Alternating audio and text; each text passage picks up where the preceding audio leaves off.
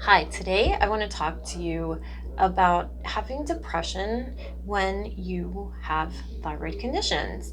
My name is Dr. Kalie. I am a functional medicine practitioner. I help women who have thyroid conditions to reverse their thyroid conditions naturally so that they can experience optimal health and get their lives back.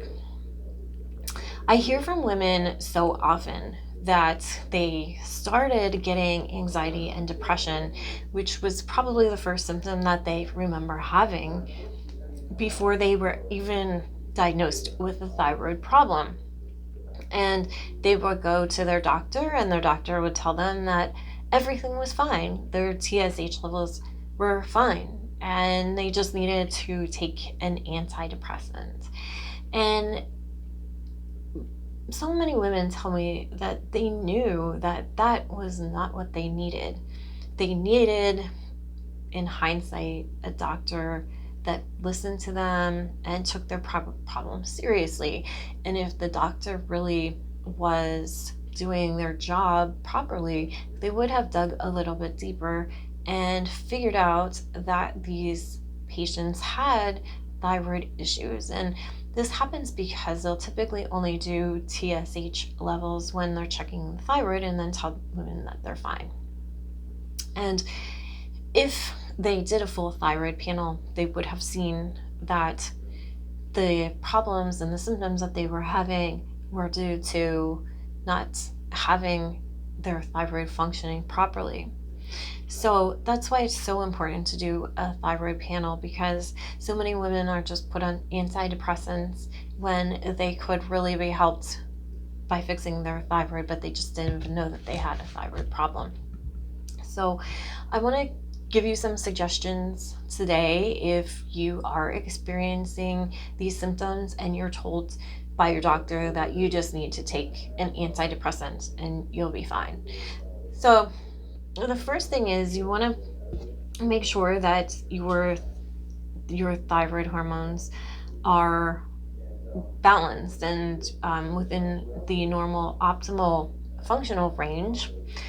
Make sure that you're checking your antibodies too, because it's important to know if you have thyroid antibodies so that you can, if you do, you can address the autoimmune condition, which is Hashimoto's.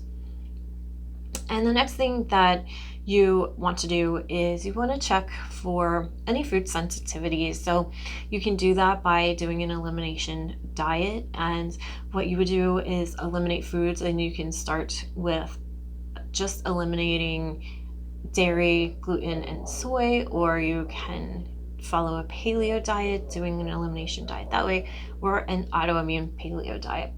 And then you would eat the foods for about a month, and then one at a time start eliminating them. You would eliminate one for about 3 days, write down any symptoms. If you do have symptoms, then don't eat that food. If you don't have symptoms, you can eat the food.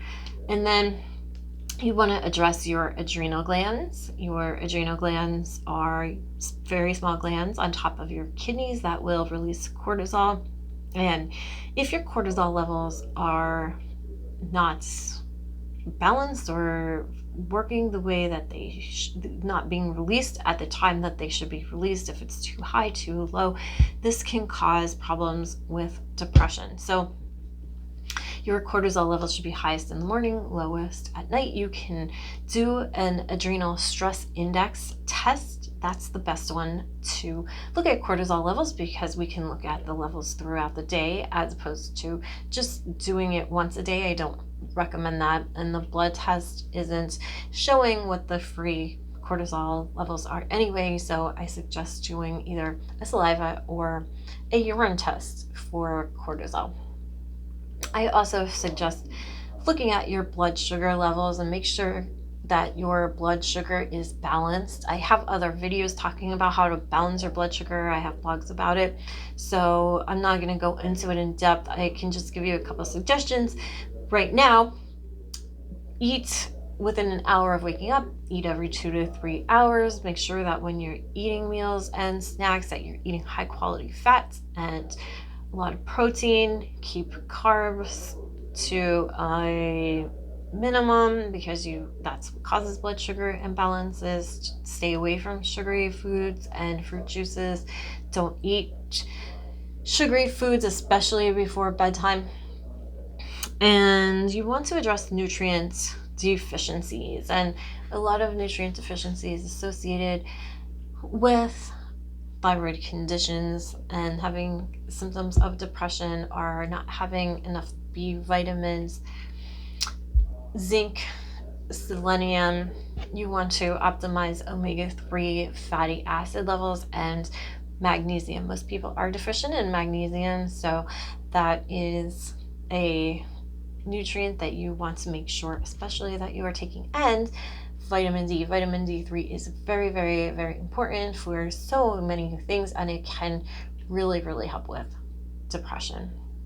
So those are my tips for today. And if you have any questions, please put them in the comments or just send me a private message.